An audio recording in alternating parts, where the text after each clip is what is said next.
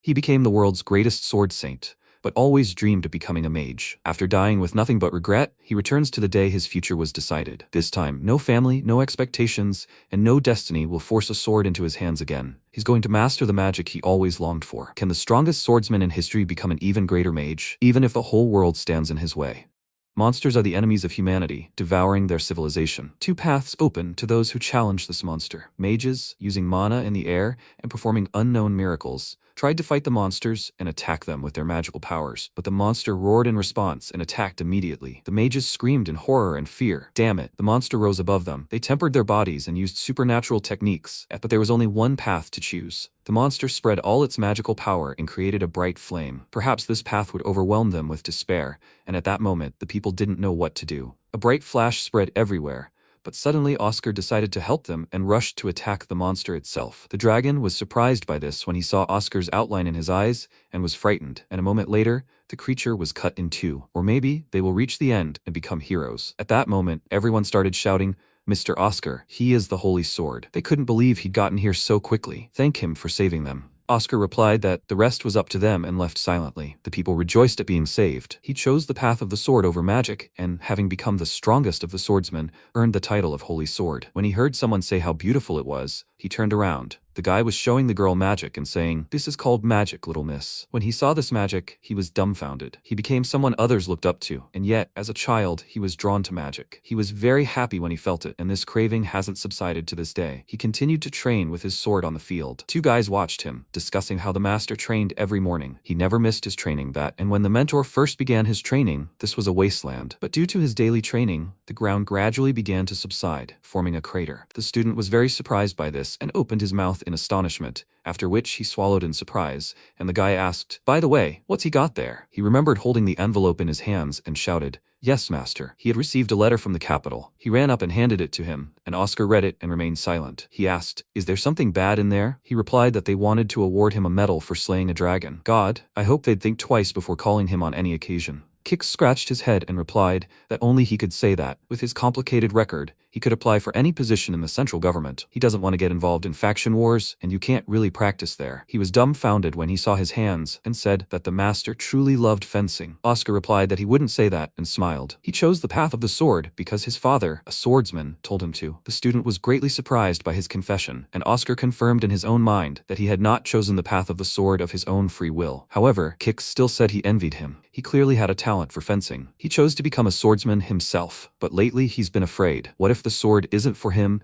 and he'll never become a mage? Mages draw power by channeling mana or energy through the channels that run through their bodies. But mana has less energy. These are two opposing forces, and if an air bubble gets into the blood vessels, it can kill a person. If mana is channeled through the channel through which the energy came, the body won't withstand it, and vice versa. The body will begin to deteriorate. That is why the choice between sword and magic will greatly affect the future. The protagonist placed a hand on his shoulder and told him that if something is bothering him, he should train, and before he knows it, he'll become stronger than him. Kix was embarrassed and delighted by this. After a while, Oscar lay in his bed and realized he'd poured out his heart to his student. He should have kept his mouth shut. He'd said he clearly had a talent for fencing, and Oscar looked at his hands and asked, what if he had a talent for magic? If something was bothering him, he should train. At that moment, he heard voices, and it turned out there had been an explosion nearby. The house began to burn with bright flames, and magic gathered around it. One of the mages raised his staff, and another asked if he'd succeeded. He replied that their enemy was a master swordsman, and they couldn't waste time. Suddenly, they were stunned by the loud bang they heard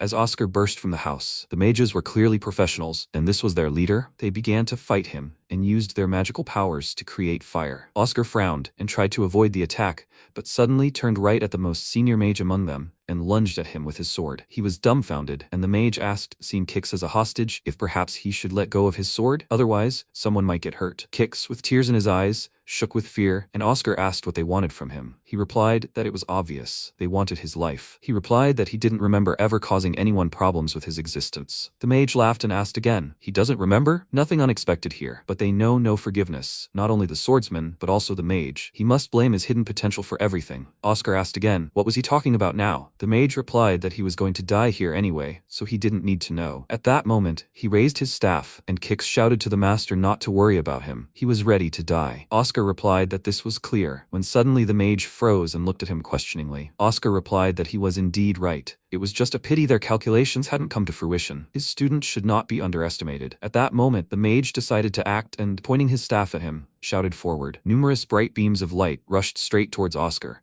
and a moment later, there was a flash of light, followed by a large amount of dust. The mage waited, when suddenly he saw that many of his subordinates were killed. Kix broke free from his shackles, and Oscar stood there while blood dripped from his body, uttering that he didn't care about himself at all. He said that he didn't understand these swordsmen at all, and at that moment Kix ran up to him and started shouting, "Master!" He replied that they had achieved their goal, so they say goodbye. "This is a holy sword with a talent for magic." Kix ran up to him, and Oscar asked if he was injured. Kix was worried about him, because he was bleeding all over, and shouted that his wounds were pouring out blood. What should he do? Oscar replied that he too was a swordsman and smiled, so he was prepared for death. Kix began to scream in horror and apologized to his master. Oscar asked him not to worry, as it was not his fault. Kix couldn't stop his tears, and Oscar realized that if he were a mage, he could do something similar. At that moment, he realized that he had always wanted to become a mage and continued swinging his sword to push those thoughts away. He clenched his fist and realized that he had been proud when people looked at him with admiration, and yet the delight he had felt then evaporated. Suddenly he found himself in another space filled with trees and leaves, and was surprised because he had died. When the protagonist looked around, he was very surprised. This was his village. This was Oscar's homeland, the village of Eisen. He had definitely died then, but what was happening now? A sword and several letters lay near him, which made him wonder, what are these? Oscar realized it was an invitation to 2 academies. In his country, young men received 2 letters before their 15th birthday. This was an invitation to a magic academy and a sword academy. Candidates choose their own path, and then they must report to their chosen academy with the invitation. Had he really returned to the past? It seemed he was now only 14, and had not yet embarked on the path of the sword. At that moment, he stood up and saw an ominous man who asked what he was doing here. Oscar. It was his father, and Oscar jumped up, unsure how to react. Surely, if he had returned to the past, his father was still alive. And his father had said that lately he had begun to neglect his training. Did he think he no longer needed it? Oscar lowered his gaze and realized that was not the case at all. At that moment, he was debating whether to tell his father that he wanted to become a mage. His father was a swordsman and had many students, and as his son, he naturally also learned fencing from him. His father praised him for his success, but when he mentioned magic and how much he loved it because everything sparkled, he grabbed his hands and asked him to listen, saying that magic was a path for the weak. He was his son, and he needed nothing but a sword. Oscar was frightened by him then, and from then on, he continued to study fencing so that his father wouldn't be disappointed in him. He was drawn to magic, but he was attached to the sword, and in that moment, he remembered his death. Oscar realized he had had enough. This time, he would follow the path of his own choosing. He looked ahead confidently, and his father asked if he had anything to say about why he was skipping training. Oscar replied that he'd been wielding a sword since he was a child, and his father tensed up and asked again, "What?" At that moment, a multitude of magical swords appeared around him, and a strong, bright wind emerged. The surrounding swordsmen tried to shield themselves from the wind, and Oscar looked into his father's eyes, and those around him didn't understand why he was standing there, as if nothing had happened. Oscar felt nothing, and his father silently looked at him and said that, as far as he could see, he wasn't joking. He spread his arms, then placed his hand on his son's shoulder, and said that if he continued like this, he would be able to pass on his guild to him in the future. The boys didn't understand what this meant, and became angry. When his father turned away from him, Oscar thought about it. Suddenly, someone tapped him on the back. It was the Sinner Boys who asked if he knew how they waited for the holidays to meet him. And now was a perfect chance, Oscar. They hadn't practiced fencing together in a long time. Oscar realized, by the way, that these were the same guys his father often put him in sparring matches with. After entering the academy, they had awakened their mental energy and began to take out their grievances on him, calling it practice. He stopped in front of his opponent, who told him to prepare now. He had no sword energy right now, and this created a gap between them that skill alone couldn't fill. He turned abruptly and walked toward the river, causing the guy to wonder what he was thinking. Oscar replied, "Thank you for being with him all this time." The guy's mouth dropped open in shock, and at that moment, Oscar threw his sword straight into the water. The guys started shouting. He threw his sword away. Is this the weakling trying to run away? They began laughing at him and bullying him, shouting that only a coward would refuse battle and show his back, and that he was shameful to be called a swordsman. At that moment, he ran straight at him and said he would no longer fight with a sword, but would become a mage. He turned around, smiled, and looked the guys in the eyes. At that moment, his opponent decided to attack him, shouting that just because he didn't have a sword didn't mean he'd give in. He used his powers, and Oscar thought about how sword energy could strengthen muscles, but at that moment he simply kicked him and said that was bad. A sword should be an extension of the hand, not just a tool. The guy shouted at him not to underestimate him and continued swinging his sword, causing Oscar to think, damn. For a second, he thought he was training his student. His opponent opponent didn't understand. Why wasn't he hitting? He kept trying, but Oscar easily dodged each attack and suddenly decided to attack him in such a way that the sword was thrown aside. The boy exclaimed that he was simply a freak, and Oscar became so enraged that he swung his fist at him. He then asked what he would do without a sword against an unarmed man. After that, the boys, smiling, walked away, dragging their friend in their arms as he was exhausted. Oscar exhaled and realized they wouldn't bother him anymore. In his past life, he would have followed his father's lead and awakened the sword's energy. To prevent this from happening again, he needed to awaken mana himself. He walked alone through the forest and suddenly became very tired. Beads of sweat began to pour off him, and he realized no one would see him here. He recalled a conversation from his past, asking a girl how she controlled magic. Swordsmen use internal energy to strengthen their bodies and weapons, and he wondered how this worked for mages. The girl replied that everything was clear, looked toward the filled jug of water, and picked it up, saying that for them, magic was somewhat similar to a watering can used to water plants. He was surprised. With a watering can, mana is invisible, but it always surrounds them. They channel it through their internal channels and give it form, after which the spell is activated. This is how sorcery is created. The protagonist sat on a large stone in the lotus position and pondered this. He remembered what she said about it surrounding them everywhere. If he could see mana, maybe he could channel it into his body. Hearing, sight, and other senses are necessary for survival in dangerous situations. He was no longer a swordsman, but this remained with him. If so, perhaps he could sense the invisible mana. At that moment, he closed his eyes and felt something incredible, causing everything in his soul to sparkle. When he opened his eyes, he realized it was mana. His mouth dropped open in amazement, and he cried out that he had succeeded. All that remained was to channel it into the channels. But at that moment, he was dumbfounded and didn't know how to do that. Oscar sensed something was wrong and jumped off the rock, realizing something was wrong. He approached the bushes where he heard a rustling sound and realized it was strange, as there were no signs of life there. Suddenly, an explosion occurred right next to him, throwing him aside and realizing it was a golem. This creature appeared right in front of him, and Oscar didn't understand what it was doing there. He tensed and suddenly saw someone jumping from above, directly in his direction. It was a girl who landed next to him and asked what he wanted from her creation. Did he want the research results? Oscar was surprised by this,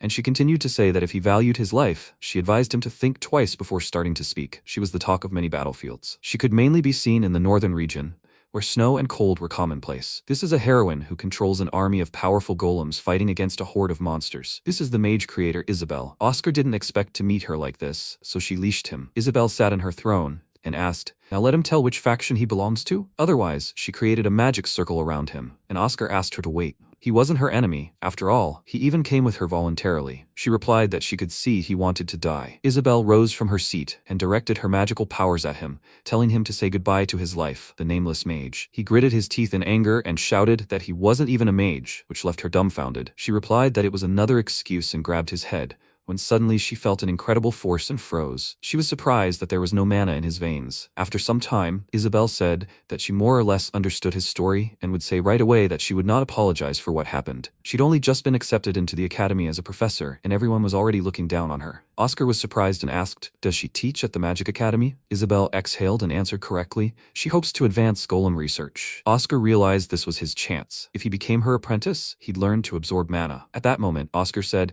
"Mistress Isabel, can she teach him how to absorb mana from the environment?" Isabel answered without thinking, "No, she's not interested in weaklings. If he understood everything, then let him finish his tea and leave." Oscar considered this. No, he can't back out now. Isabel asked for more tea, and he wondered if this could really be a golem assistant. When he looked at this creature, he felt incredible strength and, standing up, said that something seemed off about this golem. And Isabel asked, "What? Is this how he tries to interest her?" At that moment, the golem spilled tea right on her head, and Oscar exclaimed, "Miss Isabel, she didn't burn herself. Is she all right? Here, let her get a napkin." Isabel was very surprised. Turning to look at the golem, she felt a break in the chain near right shoulder. She grabbed his hand and screamed. How did he know the golem was broken? Oscar replied that the flow of mana inside this creature seemed strange to him. She thanked him for it and asked if he could see the mana flow. He remembered how the girl had said that mana was invisible and answered yes. And now she understood why the barrier had cracked. The barrier was blocking mana in the atmosphere. Maybe it's because of his past life experiences, or because of that very potential? Without thinking twice, Isabel turned to Oscar and said, "Listen, she'll teach him magic," and smiled. He was surprised and asked, "Really?" But she did say it. But before he could finish, Isabel said she wasn't interested in weaklings, but he was interested right now. She offered him her hand with a smile, and he shyly shook it. After a while, they began training. Two golems stood and held a board where Isabel drew everything she needed with chalk. It seemed he had the wrong idea about mana. Living organisms absorb it unconsciously. Oscar asked, Then how should he channel it into his channels? She replied that to pour tea he needed a cup. Mana could be channeled into the channels using a magical formula. He was surprised and asked again, "A formula?" She said it was a magical paper with a spell drawn on it, the same kind they give out at the academy at the very beginning. He shouted, "A spell? What kind of spell is that?" Isabel replied that he would know about it when he activated it. Let him imagine the power permeating his entire body and direct this formula. Can he handle it? Oscar shouted confidently. Yes, he'll try. Isabel mused that it seemed simple, but it would take at least a month to succeed. Although if he truly had talent, maybe half a month would be enough. He extended his hand and thought about what he needed to feel the power calling his body. That's right, something similar happened during sword training. He needed to focus on his sensations. He smiled and closed his eyes, then found himself in a certain space and the magical seal glowed with a bright light. He realized that it was true. Mana was already within him. Everything around him lit up with a bright light, and a wind appeared from the surge of power. Learning magic is like learning to walk again. No one is born with this skill. Time after time, they learn and develop until they can stand firmly on their own 2 feet. When Isabel saw this, she was dumbfounded. People say that in the world of magic, the higher their status, the faster a person masters magical skills. And at that moment, the protagonist watched as bright bursts of magic appeared right in front of him, and Isabel couldn't believe it. He'd succeeded on the first try. At that moment, she recalled the situation with the golem when she'd asked him how he'd figured it out, and wondered if it was because he could see mana. Although no, that alone wouldn't be enough. But one thing was certain, he was a true genius. Oscar realized it was magic, and she started screaming. It was simply amazing. He'd managed to activate the formula on the first try. No one had ever managed that before. He said no, and at that moment she asked, "What is it?" He replied that it was ugly, since he'd seen it in action once. For him, magic is something beautiful and special. But this isn't that kind of magic. She was dumbfounded and looked at him in surprise. After which Oscar continued to say that this part of the formula, something here, was wrong, just like with the golem's magic circuit. Isabel, what does she think about this? She was in shock and couldn't say anything coherent, so Oscar said he understood everything. He clenched his fist and realized he didn't want to be just a mage. He wanted to use perfect and beautiful magic. At that moment, Isabel, stunned, replied that if the formula bothered him so much, he could simply rewrite it. He was surprised and asked again, how should he do that? He needed to draw out the magic formulas. Sometime later, his father passed through the hallway and overheard his students discussing how he had become so strong, and what should they do now. He approached him and asked what had happened. The boys were frightened and didn't know what to answer.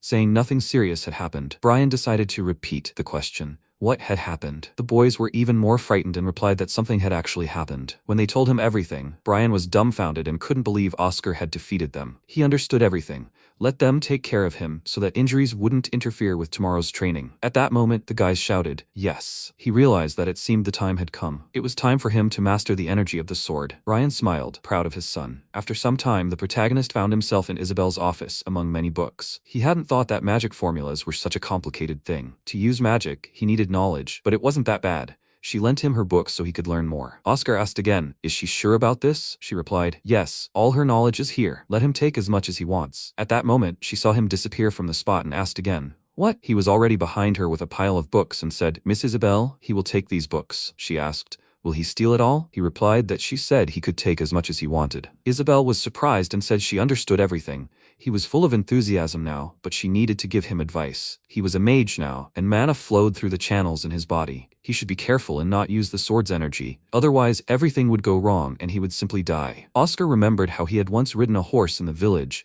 and came to visit his ailing old father. He said they hadn't seen each other for a long time while he lay in his bed. When Oscar approached him, his father asked him to come closer and grabbed his shoulder, saying that he had always known he had talent. It was no wonder he had convinced him to give up magic. At that moment, the protagonist recalled all this with horror and accepted the blue letter. He thought, Father, this time he will go to the Magic Academy. Sometime later, Brian was near the fire and asked if he had something to ask him. Oscar said he wanted him to sign his invitation to the academy. He asked again, but why so suddenly? There was still time. At that moment, he realized he was referring to the Magic Academy, and Oscar, with a smile, said everything was fine with him, but he couldn't enroll without his signature. He asked, Oscar, why magic? He was his son after all, and had learned to wield a sword there since childhood. Oscar replied, does he remember how he talked about wanting to become a mage? His father threw the letter away and said that those were just childhood fantasies. And Oscar asked again, fantasies? His father wanted to push him by the chest, and Oscar said that he thought that's how everyone looked to him. And at that moment, he parried his attack with his magic,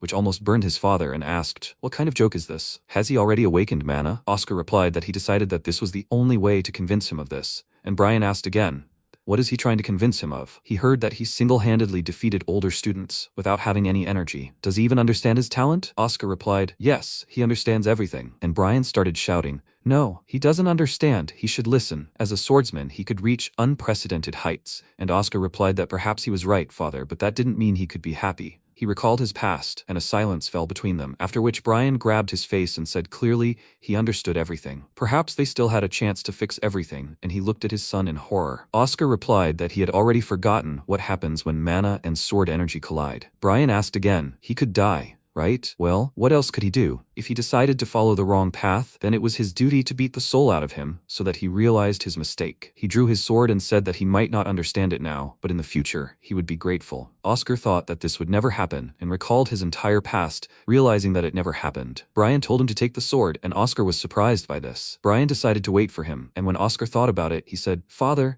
hasn't he forgotten that he's a mage? He pulled out a letter with a red seal and threw it into the fire. When Brian saw this, he shouted the same thing, and Oscar said that now they would see who would correct whom, Master Swordsman Brian. At that moment, Brian decided to see what he was talking about. He shouldn't be arrogant just because he could withstand the pressure of his sword. At that moment, he immediately dodged his father's attack, which left him dumbfounded. Attacks using sword energy are all predictable. He remembered his past as a child and watched his father's actions. At that moment, Brian made a few more moves, but Oscar easily avoided them all. As a swordsman, he always looked up to his father. Brian said that these weren't empty words. He was able to dodge all the attacks even without sword energy, and it was unlikely that anyone else in the guild could do that. He has real talent with the sword.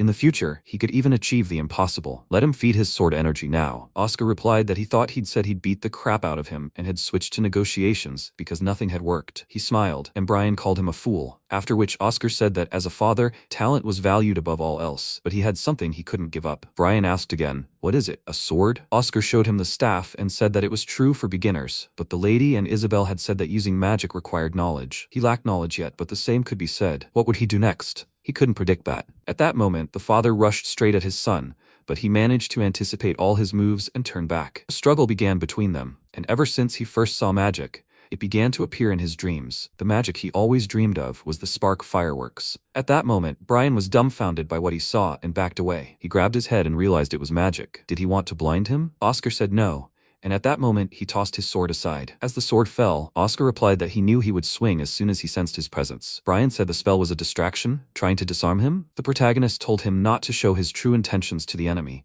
That's how he taught him. Brian became very angry and said he personally vouched for his talent with the sword, but what guarantee was there that the path of magic wouldn't be a dead end for him? Oscar replied that he simply wanted to follow the path of his own choosing. Father, did he choose the sword because someone told him he had talent for it? At that moment, his father looked down and remembered how his parents had discussed whether they should teach his child the sword or magic. His father replied that he thought since it was his child, he should take up the sword. His mother had asked, didn't he choose the sword because he thought it looked cooler? They shouldn't choose it for him. It was his path, and he had to make the choice himself. At that moment, Brian smiled and said that he thought that with time, he would even be able to achieve the rank of a sword saint. But at that moment, he simply walked past him and asked what happened. He picked up the document from the floor, and Oscar tensed as he watched. Brian said he couldn't sign it and smiled. After a while, one of the Magic Corps workers examined the incoming students' documents and remarked that it looked like there were many interesting first-year students this year. The girl listed them: the daughter of the Norton family, the son of the Glory House, and even her highness. They had already mastered the basic paperwork and were beginning to learn family spells. At that moment, the professor entered and asked if something was wrong. Blood close to the flowers is true luck. Oscar continued studying and read many books. Sometime later, in front of the guild building, Brian looked at his son and said that 6 months had flown by so quickly. There would be many at the academy who had studied magic since childhood. He knew he had no right to say so, but since he had chosen this path, he would never deviate from it. He replied that everything would be fine. He was unlikely to meet anyone there more terrifying than his father. Brian smiled and replied, I understand. After these words, Oscar announced that it was time for him to go and turned around. He held the signed letter in his hands and thought about how he had finally achieved his dream. He would finally be able to get into the Magic Academy. When he arrived at that very magic palace, he saw a multitude of mages, gnomes, and witches flying around on brooms. The Keurig Empire Magic Academy turned his head. It was completely different from the Sword Academy. These creatures are similar to golems, but still different. How do they work? At that moment, Miss Isabel approached him and said that if he stopped at every interesting thing, he would be late for enrollment. He was surprised when he heard her voice, and she asked if he had been lazing around while she was gone. He He replied, "Of course not." He had learned a lot in these 6 months. She replied that she couldn't wait to see it all and was sure he would surprise her again. By the way, shouldn't they go there? As far as she knew, the selection exam for first grade was held there. The protagonist asked again, "A selection exam?" Isabel explained that first years are divided into 2 classes, those who have already awakened magic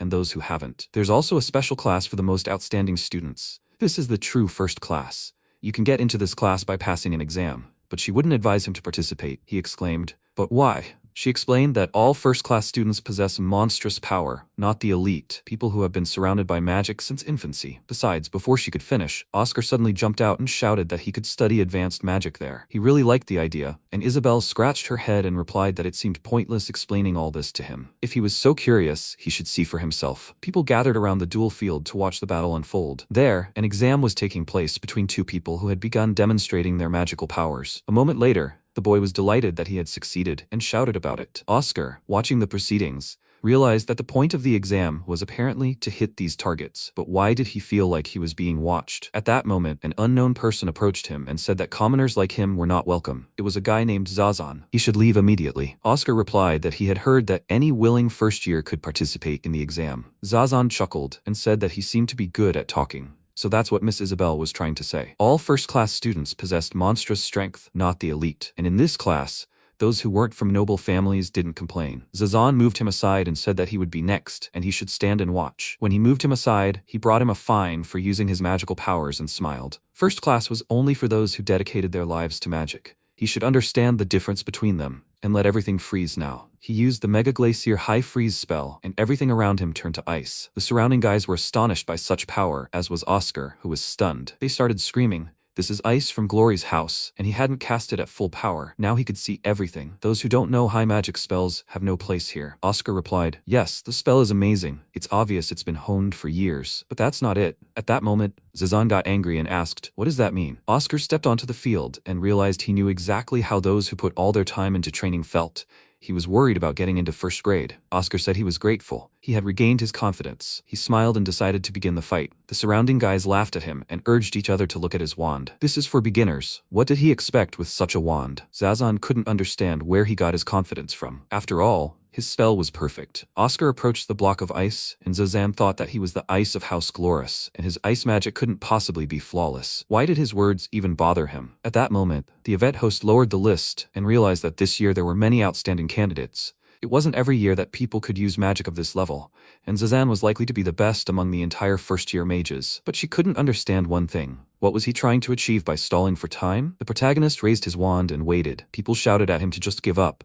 He wouldn't hit his target anyway. Oscar ignored them, and the professor thought, "No, wait, he's not worried at all. He seems to be waiting for something." At that moment, Oscar suddenly tensed and used his magical powers when the host suddenly turned to him, her mouth open in shock. He used a pyrosphere fireball. At that moment, he slammed the magic sphere directly into the ice block, destroying it a moment later. Everyone around him started wondering, was it her imagination, or did he hit all of the targets? Was that a basic spell? But the holes were so small, she could see 2 of them. The guys shouted that he was a loser. If he really wanted to go to the academy, he should have learned something useful. Zazan wondered what spell he was using, and realized it was a waste of time. But at that moment, the host didn't know how to react, and Oscar asked, "Did he fail?" She screamed, "No, he hit all 5 targets. Of course he advanced." But she didn't understand. If he had such good magic control, then why did he destroy 5 targets at once instead of shooting 1 at a time? Then no one would have been able to say it was just an accident. Oscar looked down, musing that his spell was amazing, but he still felt like such spells were a waste of mana. "That's all?" The girl asked again. "A waste of mana?" This test was meant to simulate a real counter against monsters, so he thought it would be more practical to use the method with the lowest mana cost.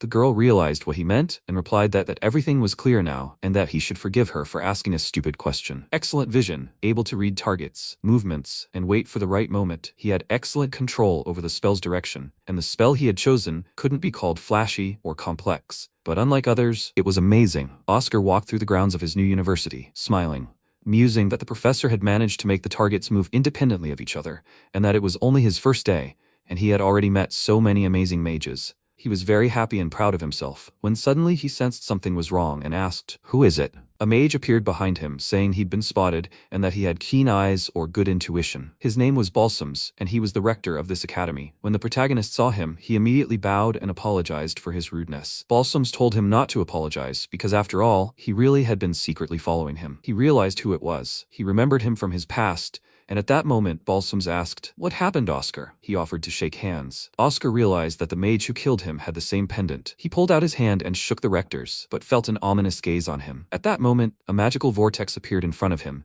and Oscar didn't know what to do. He quickly dodged. And yet he has a very keen eye. The rector kept up with him, and Oscar asked, "Have you come to kill him?" Balsams asked, "Does he think such a small wand can do anything to him?" He pointed his staff at him and said, "Storm prison in the seer sphere." When he used the spell, he realized it was a powerful wind barrier. He had nowhere to run, and then he should use his seal. He finished drawing it first on the ground and used fireball. Afterward, a bright beam of light reached the sky, and the principal was surprised by its power. He froze and parried the attack, but Oscar was surprised when it happened. The principal breathed a sigh of relief and quickly realized there was no way to defend against the spell. Therefore, he decided to eliminate the caster himself, and Oscar didn't know what to do or how to proceed. He crouched down, and the principal asked if he was exhausted. It was a dangerous move. He would be completely defenseless if he didn't kill the enemy on the first try. Oscar replied that it wasn't funny. Why was he testing him? Balsams replied that he understood everything. Many here consider magic a privilege and dislike outsiders. He wanted him to understand what the future might hold, but it seemed he had underestimated his potential. Oscar asked, "So if he stands out too much, he'll become everyone's target?" Balsams confirmed that was true, because there are those who don't believe that talent can simply come from people. At that moment, Oscar remembered his terrible words before his death, that they knew no forgiveness and that he should see his hidden potential in everything. He remembered his own potential and realized that the man had said something similar. At that moment, Oscar asked to tell him more about them. The rector paused and said that knowing their true identities would only put him in danger. For now, he should focus on cultivating his strength so he could protect himself. He wondered, protect himself? If he seriously intended to kill him, he would already be dead. He closed his eyes and suddenly noticed something was wrong. He turned his attention back to the pendant and asked, "What is it?" The rector replied that it was the sign of a saint. He showed it to him, and Oscar understood clearly. A holy mage is the highest rank, just like a holy sword. The rector decided it was time to give it to him, and he tossed the badge into his hand. Oscar caught it, and the rector told him not to lose it. He would need it later. After these words, he vanished, and Oscar realized it was a smooth flow of mana. Flawless. That's what the rector's magic looked like. But now was not the time to admire him. He thought that this time it would be enough to simply dedicate his life to studying magic. But he remembered his death. Among those who killed him was a holy mage, and there was a chance he would target him in this life. He clenched his fist and realized that he had to surpass his former self. After some time, the audience began discussing this guy as the first commoner to get into the first class. They began discussing the one who hit all the targets, and Zazan, listening to this, became angry. He called it idiotic, because those who don't take magic seriously will soon be weeded out anyway. At that moment, Oscar entered the room, and everyone turned their attention to him. Zazan became very angry and jumped up from his seat when he realized he was there. But he didn't understand what the hell was going on. Oscar ignored them and walked with a confident expression. He reflected on his last meeting with the rector and his words. He trained that night and generated mana around himself, musing that if running increases endurance, then repeatedly releasing mana allows one to expand the channels and increase the amount of mana absorbed. He thought about it and saw that dawn had already broken. The more mana he could absorb, the longer it would take to release it from his body, and now he needed real practice. He was very surprised when he looked at the time, quickly dressed, and realized that for the first time he wanted to get stronger. And at that moment, he entered the office, causing Zazan to tense up and bare his teeth at him. Oscar also noticed all the guys and realized that he was here after all. A girl sat behind him, reading a book. He picked up her bookmark that had fallen and said that it seemed to belong to her. She took it in her hands and thanked him for it. Oscar realized that she apparently really liked flowers and remembered Lily from the past, who looked at him in surprise. He sat down next to her and said nothing. He just thought the flowers on the bookmark were beautiful. His name was Oscar. Nice to meet you. She also said her name, Lily Lowell. At that moment, someone entered their office and said, it seemed like everyone was there. The guys jumped up and didn't understand whose voice that was. Where was it coming from? The pages suddenly started turning, and the guys didn't understand what kind of trick it was. Suddenly, the same professor came out to them, wishing everyone a good day and saying that her name was Rush. She was assigned to teach the first class. They all came for the selection tests and proved their talent. Oscar realized that she was conducting tests for admission to the first class, and Rush said that therefore, starting next week, they would learn how to fight monsters. This would be their practice. He smiled and realized that now there would really be combat experience, and so quickly. Rush said that they would work in groups of 5 to balance their strength. The guys were surprised. What do you mean magical power? She answered no. This time it was about their channels, or, in other words, how much mana they could absorb. The guys asked, how would she measure it? At that moment, Rush smiled and said that everything was ready. She created a magic circle above herself, and all the guys looked on in amazement. Each of them had a sphere above their heads. The brighter it glowed, the more mana they had. The guys exchanged glances and watched the color of each circle. Rush thought that some of them were already on par with experience papers in terms of level, and that was impressive. But as for him, Oscar didn't understand how the spell worked. All the guys noticed that his color was barely glowing and asked if he had really been accepted into the first class. After all, a commoner is a commoner. Those who would be in the same group with him would be out of luck. He decided that now was not the time for distraction, and at that moment, Lily turned to him and asked if he would like to work in the same group with her. He asked again, "Are you sure about that?" She replied, "Yes, he likes flowers, so he's definitely a good person." But they still needed to ask Raven's permission. Oscar was surprised and asked, "Who is that?" Raven asked again,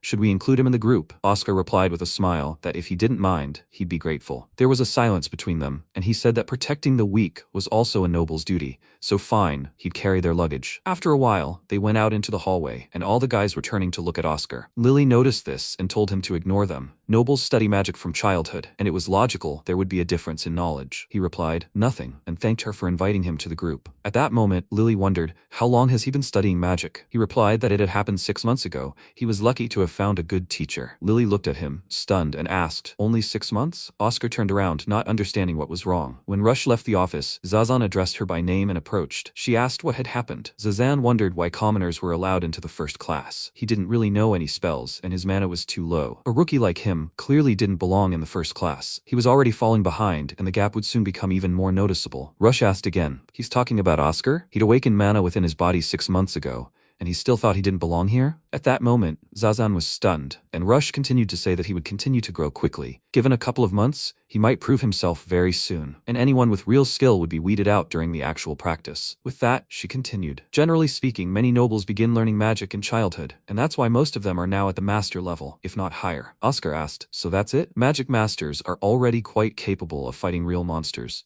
even if they have no combat experience. But reaching master level at such a young age is already an achievement." This was astonishing to him, and Lily shouted that the only amazing thing here was him, Oscar. In 6 months, he'd reached apprentice level, and it was mind-boggling. He silently wondered if this was really his talent. He just had a good mentor. She replied that it was still abnormal, and Oscar blurted out he had one more question. "Who the hell is Raven?" She replied that he was from a line of great aristocrats with a long history and tradition. His house had gathered around it smaller families who needed protection. Oscar asked what family she was from.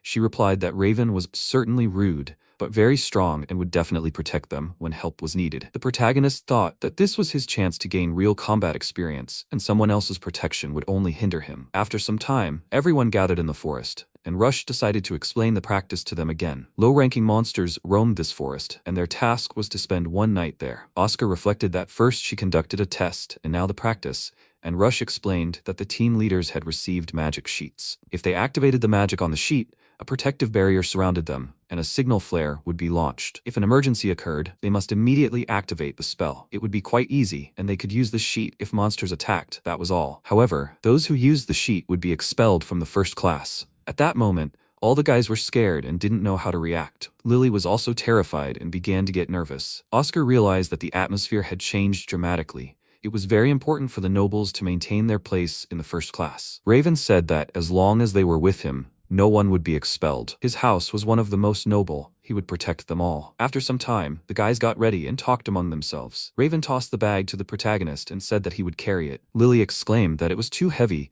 but Oscar said it was fine, since he had agreed to it in advance. He grinned because it was good that he knew his place. The main thing was that he keep up with them. Oscar picked up the bag and threw it on his back. After a while, Raven tired, and the guys began to ask if he was okay. Beads of sweat began to trickle down his face, and Oscar said that the ground here was uneven, so he got tired quickly from walking. Would he be able to get up? When he raised his hand, Raven became very angry and yelled at him to shut up right now. He was angry with him and didn't understand why he was still standing. Oscar really did have a lot of strength, and he wondered why they hadn't encountered a single monster yet. Maybe it was because they were so close to the academy. Suddenly, he saw a bright magical light and shouted for everyone to stop because they couldn't go any further. Raven screamed. Was he going to give him orders? He deliberately went further, and Oscar felt it was just like Isabel's protective barrier. Magic distorted space, and at that moment, the guys stepped into it and didn't understand what was happening. They all screamed in horror and fear, and Oscar told everyone to get their wands ready. A moment later, everything in front of them vanished, and Lily said that it seemed like this wasn't the forest they were walking through anymore. They saw a sign on a tree, and Lily shouted that this was the 5th training ground. The guys exclaimed in fear and started discussing how upperclassmen were training here. How did they even get here? Oscar was surprised because someone had set a trap. The situation was urgent, and wouldn't it be better to call for help? He remained silent and tore the paper right in front of him. The guys started shouting,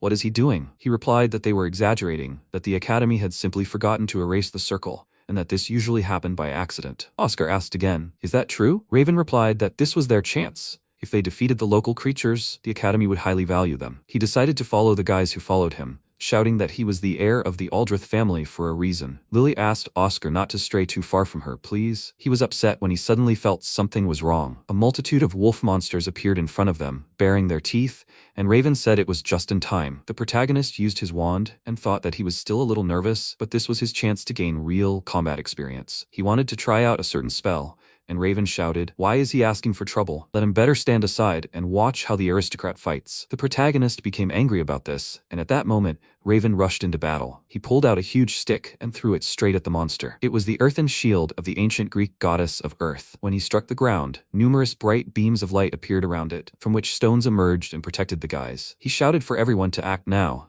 and their classmate used a wind spear, and another a water spear. When they combined their powers, they destroyed the first attacking wolf. Oscar wondered if there was both defense and offense here, dividing the roles. They covered each other's weak points. Is this how aristocrats fight? No, this is how mages fight. Raven exclaimed that there were too many of them and cursed. The guys continued their attempts, but one of them missed, and the wolf slipped right through to them. Lily found herself in danger, and Raven turned around and cried out in anger when suddenly a wolf pounced right on her. She was startled, but at that moment, Oscar used a fire blade and protected her, standing right in front of her. He threw the wolf aside while the creature growled loudly, and she thanked him for the help. He said not to thank him, because it looked like they were already finished. When night fell, the guys found themselves around the campfire and discussed how they had both entered the forest, and he had already been able to observe a real battle. Yes, he was lucky. Oscar confirmed this and said that their team works very well together. But he himself needed to become stronger to be able to counter their magic. Is this really the only way this training can be done? Lily approached him and said, "Oscar."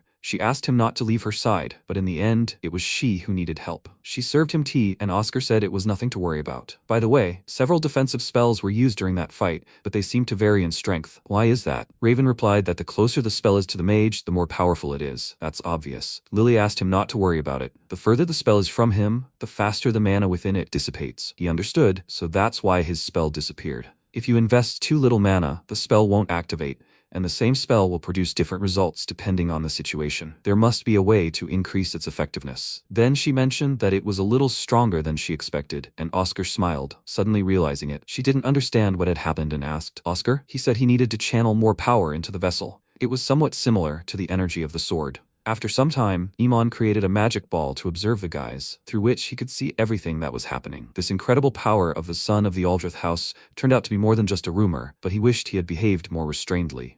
After a while, the students gathered in a circle, and Rush stood next to them. The boys were cold and wrapped themselves in a blanket. She reflected on how their dropout rate was only 20%, which was a good result. At that moment, Isabel approached her and announced that it was her shift. Rush asked with a smile, "Is it time already?" The surrounding students realized who the woman was, and Isabel. She greeted the students and said they loved looking after the youngsters, but they weren't all that bad. That's why they were first class. Incidentally, she didn't see Oscar. Rush replied that it was actually just a recording. Professor Iman should know what was happening right now. At that moment, she noticed the fire and sensed something strange. She'd just been there. Meanwhile, the students were still around the fire, resting. Everyone was busy with their own affairs, and Oscar was staring into his cup, musing on how Swordsman concentrated the sword's energy within their bodies, thereby amplifying it. If he did the same with mana, then. But before he could fully consider this thought, he suddenly heard a loud scream. The guys were shouting that they needed to get out of here as quickly as possible, and Raven asked, "Did you catch another little thing? Okay, let them leave this to him." The guys continued to run, and at that moment, a bright fiery flame appeared behind them, causing everyone to become wary. Raven jumped up and didn't understand what it was. Lily said it was a stream of flame, and they were surprised. At that moment, a huge monster stepped straight towards them, and the guys exclaimed, "Is that a dragon?" Oscar was also stunned, and didn't expect such a turn of events. The monster pounced on the guys and began to roar, and Raven was surprised. But what was a dragon doing here? It was simply impossible. Only someone of Emperor level could kill something like that. Oscar realized what it meant. Someone was targeting them and began to concentrate. The guys exclaimed, "Raven, they need to call for help quickly." He replied that he had long ago torn up the paper with the spell, and Lily asked what they should do. Oscar replied that they had no choice but to act, and the boys tensed. Lily asked fearfully, "Is he really going to fight the dragon?" He replied that it was the only way to survive, and the boys answered definitely.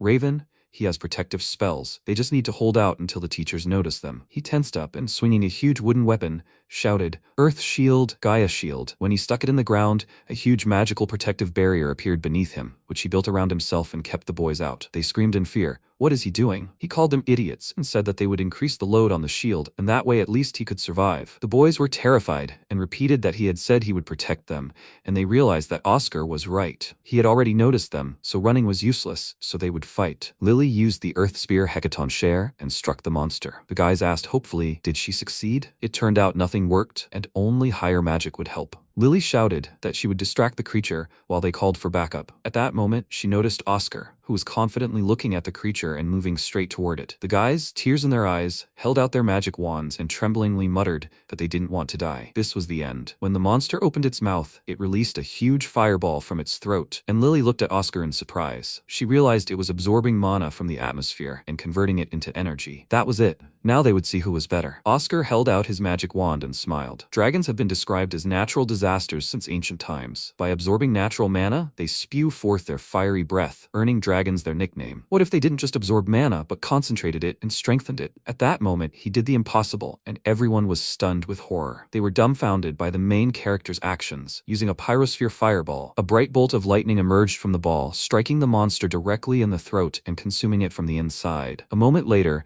the monster fell to the ground, motionless in a pool of its own blood. The guys weren't expecting this turn of events, and Lily fell to the ground in terror. She couldn't react, and Oscar rolled up his sleeves and said nothing. At that moment, Emon, watching through the magic ball, muttered that this wasn't funny anymore. A newcomer had killed his chimera. Where did he get such power? He turned sharply and realized they were suspicious. This time he was saved, but he would definitely destroy it. Only those with noble blood in their veins had the right to wield such power. Oscar looked at his hands and smiled, realizing he had succeeded. He clenched his fist and trembled, because the energy amplification technique was now working on mana. If he hadn't had the experience of his past life, he would never have come up with this theory. At that moment, the monster was destroyed, and the guys were surprised. Did it really work? He really killed it? Frightened, Raven began rustling in his protective barrier and said that it was just nonsense. The commoner had protected him, not he him. Lily asked what happened. Oscar took a step and suddenly began to fall, which frightened Lily, and she decided to grab him. She asked if he was okay. Oscar answered yes. He was just a little tired. It seemed he overdid it and got a blowback. It felt like he was being torn apart from the inside. It was both painful and hot. Suddenly, a bright light appeared behind them, and all the guys turned to look.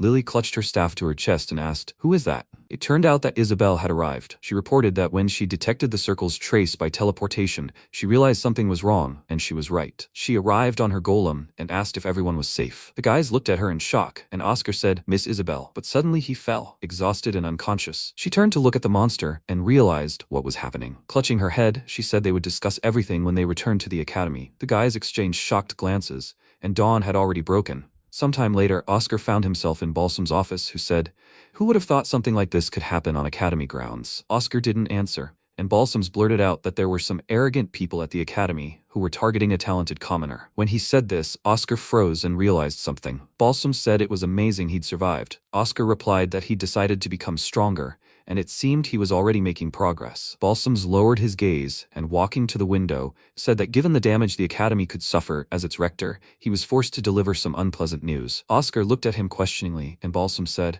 "Oscar, he'll leave the academy and never use magic again." When Oscar heard this, he froze in horror. Balsams explained that since they were already targeting him, this was his only way to survive. Oscar asked, "Life without magic isn't just magic. If he takes a closer look, he'll notice that many live happily without it. As long as he's alive, he can find his happiness. He's young and shouldn't miss his chance." Oscar replied no. He was confident and said there was no way he could back out now. Balsams asked, "What did that mean?" Oscar thanked him for his concern, but if those targeting him were at the academy, he had an idea. Balsams asked, surprised, "What was that idea?" Oscar replied that he would act as bait and lure them out. At that moment, Balsams was stunned and unsure how to react. He asked, "Isn't he afraid of dying?" Oscar replied that he wasn't planning on dying yet and smiled. At that moment, Balsams grinned and suddenly burst into loud laughter. Oscar looked at him, stunned, and Balsams apologized, saying that in that case, he could only respond to his determination. He offered his hand, and Oscar shook it with a smile. Balsams asked, but before rushing into battle, it wouldn't hurt to find a new wand. Oscar thought about it and took out his broken wand, realizing it was all cracked. Sometime later, in the bookstore, Isabel told him it was a beginner's wand, just right for him. The protagonist didn't understand what a wand was for. She replied that writing with a finger was difficult. Didn't he agree? Let him imagine that mana was ink and the wand was a quill. He could certainly get by without it. But then he'd never be able to cast a perfect spell, so he had to choose his tool wisely. Oscar examined his wand and thought about how he'd never even considered that it could break. Had he invested too much mana back then? At that moment, someone called his name. It was Lily, the one who'd kept him waiting. He replied that he should be the one apologizing, since he'd taken her out on her day off. Lily said no, she needed to buy a few things herself, so she was glad to see him, and embarrassed, said they'd go buy him a new wand. After a while, they went into a store, and the protagonist was surprised by how many options there were. The salesperson said he was proud of his selection, and he should take a look. This wand was encrusted with precious stones, a one-of-a-kind piece, so he'd definitely stand out. He asked again, "Do the stones have any effect?" Lily whispered to him to look at the price, and when the main character saw that it cost 1 million, Lily suggested looking at what was available in other stores, since they couldn't afford it. So, the guys ran away from every store they came across, since everything was too expensive, and the salespeople were pushing them around. When they were free and went outside, Oscar sighed sadly, noticing that wands were so expensive. He didn't have enough money, even for the cheapest one. Most wizards were aristocrats. They prioritized the beauty of a wand, hence the prices. He was surprised and said that things had dragged on, and perhaps he would go on alone. Lily replied, no, they had started together and would finish together. After a while,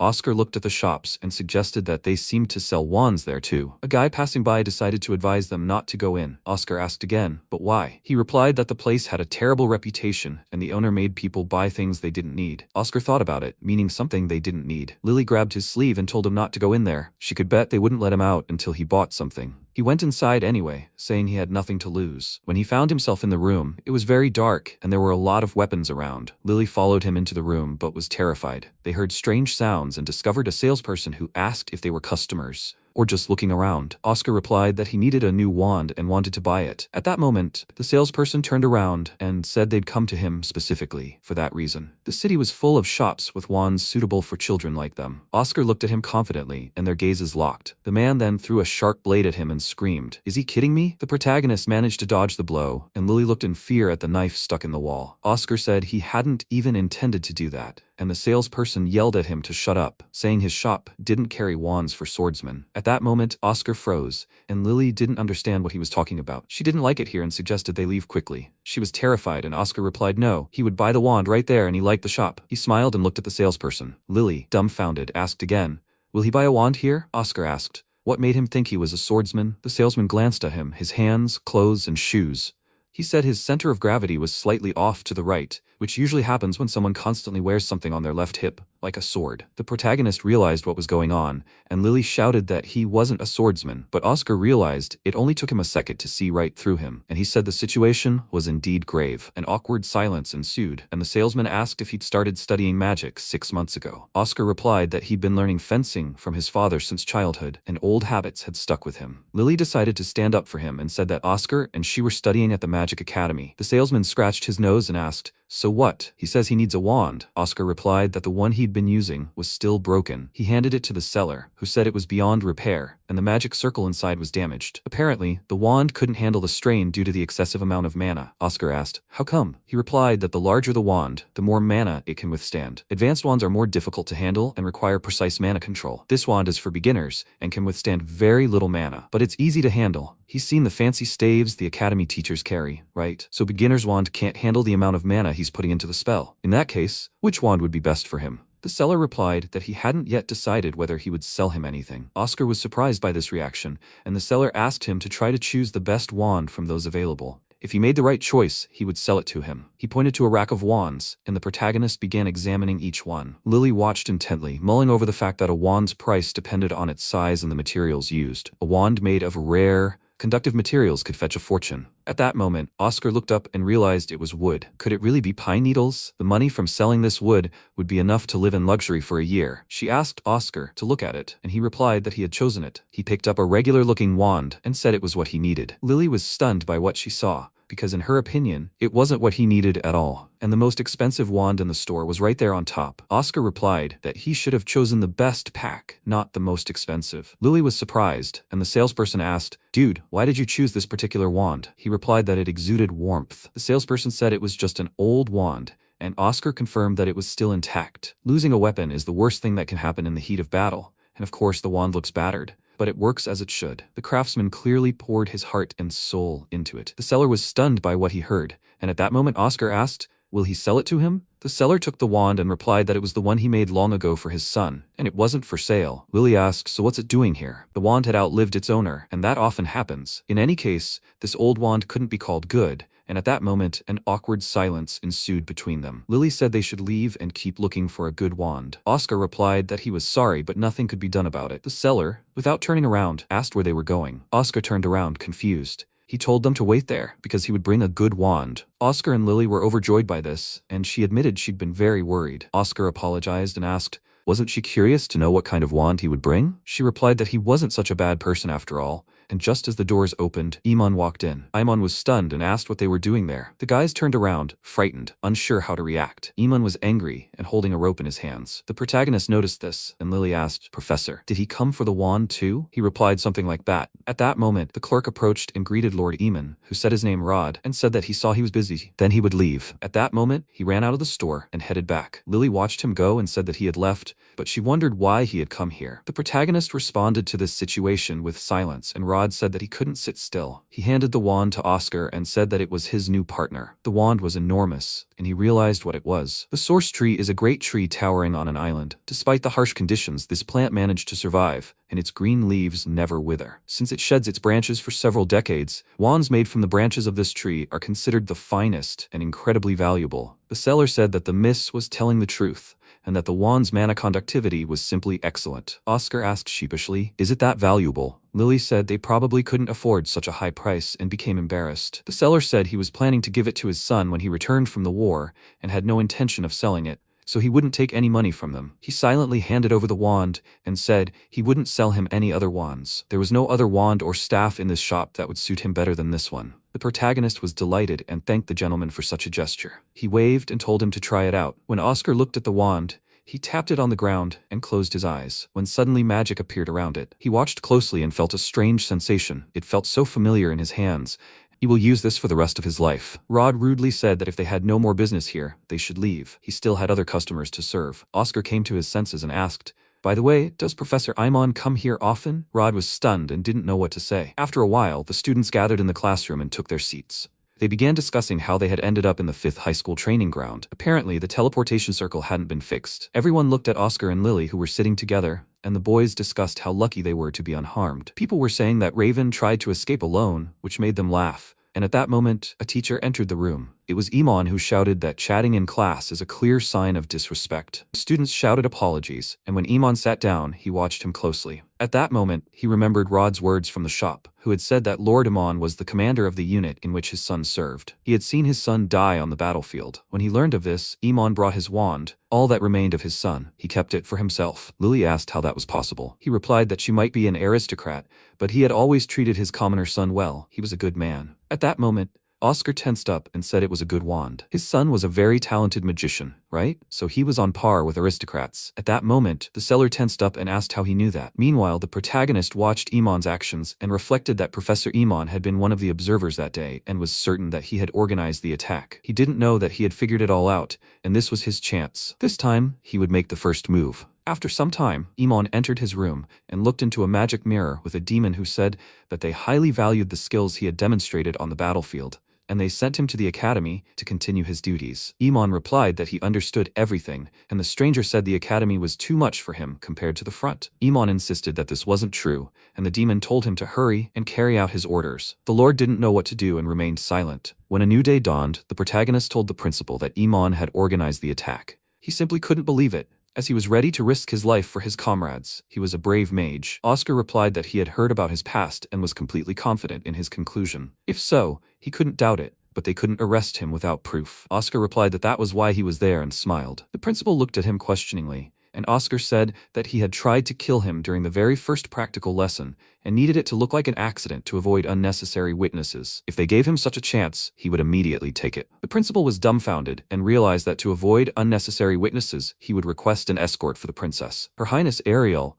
was originally supposed to enroll with the other students, but the magic passed down through the imperial family affected her health, and enrollment was postponed. Rush announced that he needed to go to the capital to meet Her Highness and accompany her. Oscar had been assigned to this mission. When Zazan heard his name, he was upset. Oscar thought about the journey from the academy to the capital and realized that for the games, this would definitely be an excellent opportunity to attack him. Rush asked if there were any questions left. Zazan raised his hand and said that if he was invited here, did that mean they considered his skills on par with theirs? Rush answered affirmatively, as he had performed admirably in the last practical lesson. She would say he had already surpassed them. When Zazan heard these words, his face twisted in horror, and the girl sitting next to him showed surprise, clearly uneasy. Zazan replied that he knew he barely had enough mana for a lower-class class and could only use basic spells. He was a mere, insignificant commoner. Oscar, hearing the insults directed at him, didn't know how to respond, and Zazan continued to say that time after time, people appeared who praised him to the skies. And now she was saying he had surpassed him? It would be strange, no matter how you look at it, and so he challenged him to a duel. Zazan pointed his finger at him and shouted to show him everything he could as a mage. Oscar was dumbfounded with horror and asked, "What?" Rush clutched her face and said she felt like a routine escort mission would descend into complete chaos under these circumstances. "Okay then," she said, "the losers of the duel will be suspended from missions." Zazan replied that this was exactly what he wanted. Oscar reacted in surprise and didn't know what to do. After a while, they found themselves dueling opposite each other. Oscar couldn't understand how it had all come to this and grabbed his staff, then tensed when he saw Zazan raise his hand. At that moment, ice shards appeared around his body,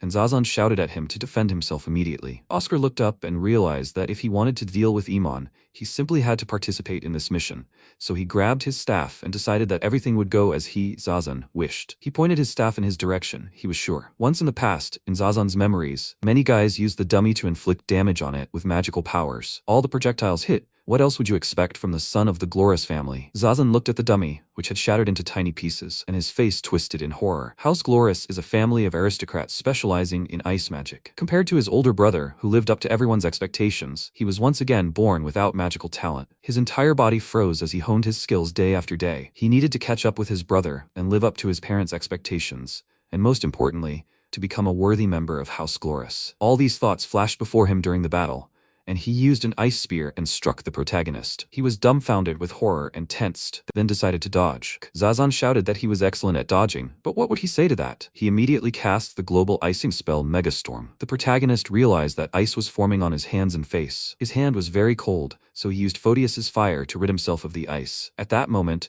Zazan was surprised and stopped. Oscar looked him confidently in the eyes while Rush continued to watch the battle unfold. He uses fire to negate spells and has extensive combat experience, but there's a huge difference in their mana pools, and Oscar can easily be overwhelmed by the sheer volume of spells he casts. Zazan admitted that for a commoner, he possessed incredible magical talent, but at that moment, he cast a magical seal over himself and shouted that he hadn't trained so hard just to lose to some newbie. The girl sitting across from him, reading a book, usually ignored them. But at that moment, even she looked up from her book and became absorbed in their fight. Rush exclaimed, "What the hell is that?" The protagonist glowed with magic and apologized for keeping them waiting. It had taken longer to prepare than he'd expected. Zazan asked what that meant. Oscar replied that it was his turn. He smiled, but Zazan shouted that it was too late and then shouted, "Ice Prison Weather Sphere." The protagonist was dumbfounded and realized it was a spear barrage, and he was using camouflage to cast a more powerful spell. But he had already finished strengthening his mana, and at that moment, a huge block of ice appeared in front of his face. He realized that with his new staff, he should succeed, so he used the fire blade and, a moment later, easily smashed the ice block. Zazan's mouth dropped open in shock, as did Rush and the student. His body felt so light, and he moved exactly as he wanted. He saw how magic formulas activated in a chain reaction. There were no malfunctions, no delays. How fun it was. Zazan realized that he had destroyed his protective spell and screamed that it was impossible. He fell to his knees, shocked, and didn't know how to react. He recalled his childhood and asked, "How can I become like my older brother?" He replied that he was overestimating him because he wasn't that good a mage. There were talents in this world that would make him seem like a speck of dust, and when he saw Oscar in front of him, he knew it was him, and Rush screamed that that was enough. The fight was over. Meanwhile, Raven jumped up and started screaming in anger. He didn't understand why he had to go through this. Everyone started talking about him, and he screamed that it was all Oscar's fault. At that moment, he turned around and heard a knock. When he looked out the door, he asked, Who else is there at this hour? Suddenly, he was horrified and realized it was Professor Iman standing in front of him. After a while, the guys gathered in the classroom, and the protagonist noticed Zazan enter with his friends. He glared at him and remembered what he had said after the fight, that it was unfair. He had trained since childhood, and talent alone was enough for him to overtake him. The protagonist offered him his hand, but Zazan jumped up and shouted that he would definitely beat him, no matter how long it took. He smiled as he remembered this and realized that he, too, was not going to stand still, so he needed to deal with Iman tomorrow. After a while, Rush entered the classroom and announced that they would conduct another mana assessment before the start of class. When Raven entered, he silently passed her, and she said that he was late today. All the guys began to discuss how he was so afraid for himself that he was afraid to even leave the dorm. Everyone wanted to joke and tease him, but he didn't know what to do. He sat down near Oscar, who noticed him and wondered what was wrong with his hand. Rush yelled at everyone to be quiet,